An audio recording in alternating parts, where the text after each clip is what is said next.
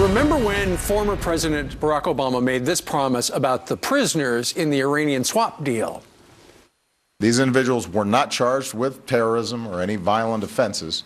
They're civilians, and their release is a one-time gesture to Iran, given the unique opportunity offered by this moment and the larger circumstances at play. Yeah, we were just arresting civilians like crazy. So that is absolutely not true. That turns out what he was just saying, a total lie.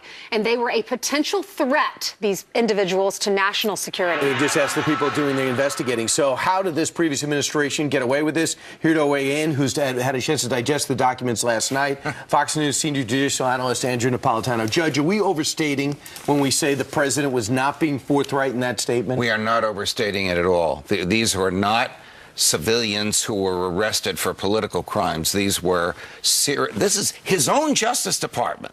The Obama Justice Department characterized these people as serious terrorists who had supplied material equipment to terrorist organizations in the Middle East and who had supplied nuclear components to Iran. And they were buying them from us. Correct. They were being prosecuted for this. These were serious prosecutions with a tremendous amount of evidence against these people. The next day, they were gone. The prosecutors suddenly learned that the defendants that they were prosecuting were out of federal prison and back in Iran. No so notice. The Iranian deal would not have happened, according to President Obama, without the release of these individuals. Why in the world did he agree to that? What did we gain exactly in return for releasing people? We got the Washington Post correspondent. Correct. But look, it goes even deeper than that.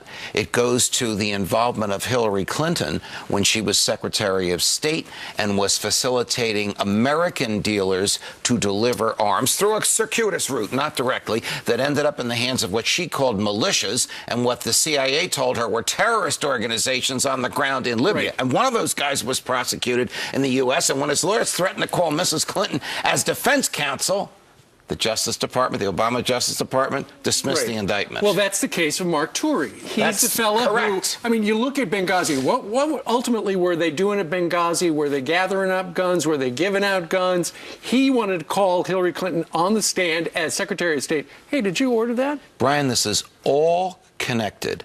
This is all part of the gross mismanagement, irresponsible defense of the nation's national security by the Obama administration, now recognized by some people still in the Justice Department who are pulling their hair out, figuratively, not literally, that this happened under their noses. So they have this deal with this Iranian dealing with a Chinese businessman in Boston being prosecuted. He was selling thousands of high-tech components known as pressure transducers to Iran. These are used for advanced nuclear weapons technology. Correct. They're moving ahead on this prosecution, and they're told it's over, he's out. Right. That's exactly what happened.